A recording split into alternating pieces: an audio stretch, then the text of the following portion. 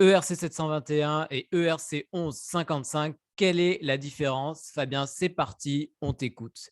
Mais avant ça, n'oublie pas le petit pouce bleu en bas de la vidéo, on s'abonne à la chaîne et surtout, on clique sur le lien dans la description pour accéder au Discord où on partage toutes nos infos exclusives sur les NFT. Toute la journée, on en partage nos stratégies qu'on met en place, les préventes, les whitelists. Fabien répond à toutes vos questions. Bref, du très très lourd pour tous ceux qui veulent apprendre à faire de l'argent avec les NFT. À toi, Fabien. Alors, je prépare une petite liste. Voilà. OK. Quand on achète des NFT, en réalité, il y a pas, on dit NFT, mais il y a, dans les NFT, il y a différents protocoles qui sont derrière et il y a 2 protocoles principaux, le ERC 721 et le ERC 1155. Alors bon, c'est technique, hein, ça paraît être un détail, mais ça a quand même son petite importance. Par exemple, la collection des Gutter Cat Gang, qui est quand même une collection, plutôt blue chip, hein, au passage. Pas très connue, mais blue chip. D'ailleurs, on voit le floor, on comprend.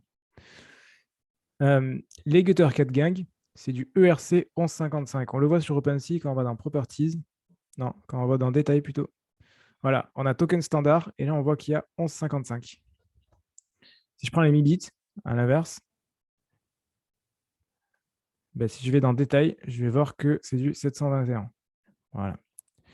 Et si je prends Slime's World, qui est une collection qui a été faite sur le OpenSea Storefront, C'est quoi l'Observer Storefront? voilà, on va voir ERC 1155. OpenSea Storefront, ça veut dire que ça a été minté sur OpenSea. Voilà, OpenSea Shared Storefront. Donc, Ah, donc tu veux dire qu'en gros, là, il n'y a pas eu de site dédié, mais que ça a été vendu directement sur OpenSea, c'est ça? exactement. Ok. Donc, quand c'est vendu sur OpenSea, c'est du 1155 et dans les collections, c'est divisé entre 1155 et 721. Quelle est la différence? Pourquoi il y a ces deux protocoles et pourquoi il y a des gens qui utilisent l'un et pas l'autre? Et inversement. Alors, le 721, je vais prendre le 721, c'est le vrai, si on considère le NFT comme vraiment un NFT, on parle forcément du 721. C'est vraiment l'unique, le vrai.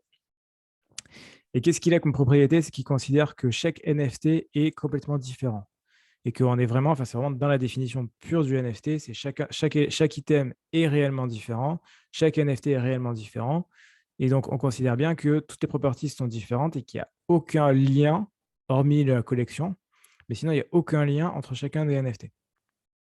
C'est vraiment la collection originale. Et d'ailleurs, on le remarquera sur la plupart des blue chips, enfin sur quasiment tous, c'est du 721, hormis Guttercat. Je suis tombé là-dessus la dernière fois, ça m'a étonné. Sur des collections qui sont moins bien, de moins bonne qualité ou des collections moyennes, on va avoir beaucoup plus souvent du 1155. Qu'est-ce que c'est le 1155? Le 1155, ça va considérer, donc c'est encore considéré comme un NFT, mais on va considérer qu'il y a des liens entre les NFT. Quand il y a une même collection, il y a des liens entre les NFT et au final, ben, on considère qu'ils sont liés entre eux. Ils sont Qu'est-ce quand que même ça fait uniques. comme, qu'est-ce que ça fait comme différence? Ça fait que, et c'est pour ça qu'on voit beaucoup ça dans les collections moyennes et bas de gamme, ça fait que en termes de frais de mint, c'est beaucoup, beaucoup moins élevé. Pour ne serait-ce que construire le site, mettre en place les tests, pour les personnes qui vont devoir tester, ben, vu qu'elles testent sur du 11,55, c'est beaucoup moins cher. Et ça a un autre avantage, c'est que si on en achète plusieurs en même temps, étant donné qu'ils sont tous liés, les frais de gaz ne s'accumulent pas. Ils vont être un tout petit peu augmentés, mais très légèrement. Contrairement au 721, où si j'en ai un, je paye 0,02, imaginons, je paye 0,02 de frais de gaz, j'en ai deux, je paye 0,04, j'en ai trois, je paye 0,06, et ainsi de suite. Ce n'est pas le cas sur 11,55. Donc, c'est pour ça, en fait, c'est pour ça que le 11,55 est beaucoup plus utilisé sur des collections qui sont moyennes, bas de gamme, parce que pour eux, pour les créateurs, ça leur permet de faire beaucoup plus de tests, beaucoup moins cher.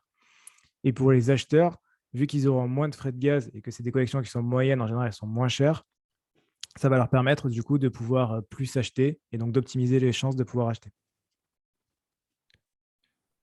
Euh, bon, à l'époque, il y a quelques mois, c'était un grand débat. Aujourd'hui, il y a beaucoup plus de nouveaux qui sont arrivés dans les NFT et qui ne savent même pas qu'il y a deux différentes tokens. Mais ça a son importance quand même. Ça a son importance surtout sur les blue chips. Faites très attention sur un blue chip. En fait, c'est pour ça que Gutter Cat Gang, qui est un blue chip qui est en 11,55, je trouve ça vraiment pas terrible. Si vous achetez un NFT et que vous comptez le garder pendant très très longtemps, euh, privilégiez très très très grandement le 721. Donc regardez, vérifiez dans le détail. En pratique, normalement, si c'est un blue chip, il n'y a pas de souci, mais on ne sait jamais. Sauf exception. Et là, pourquoi Gutter Cat Gang, c'est un 700, c'est un 11,55? Gutter Cat Gang est extrêmement connu. Non, il n'est pas extrêmement connu, mais j'étais là au lancement de Gutter Cat Gang. C'était il y a plusieurs mois. Et À ça a été l'époque des connu comme pionniers. étant un lancement fiasco, en fait. L'équipe de dev, c'était pas au top. C'était une époque où devait y avoir une collection tous les 3-4 jours qui sortait, pas plus. Les gens ne maîtrisaient pas encore tout ça. Ils ont dû se dire, bah, vas-y, on fait en 55, ça a l'air plus simple. Il y a eu des tonnes de personnes qui ont perdu des tonnes de frais de gaz. Enfin, le lancement était un fiasco. Ils se sont beaucoup rattrapés sur l'aspect communauté, sur le Discord, où les mecs étaient vraiment à fond. Enfin, il y avait toute une communauté. À l'époque, à part les Bored Ape, il n'y avait pas de communauté comme ça. Et bon, au final, c'est les Bored Ape qui ont explosé par rapport au Gutter Cat Gang, mais ça aurait très bien pu être l'inverse, hein. Il n'y avait pas de. Enfin, pour le coup, après, il y a beaucoup de chances qui jouent, hein, parce que c'est dans le même style. En vrai, pour un rappeur, j'aurais plus vu, j'aurais plus vu Eminem prendre ça qu'un Bored Ape. Mais voilà, après, bon, c'est à la chance, quoi. Forcément, c'est toujours pareil. Ok, merci pour cette petite précision. Est-ce que tu as quelque chose à ajouter? Non, mais voilà, mais c'était pour votre. Bon, c'est plus une vidéo culture personnelle, mais ça reste important quand même de comprendre les différences.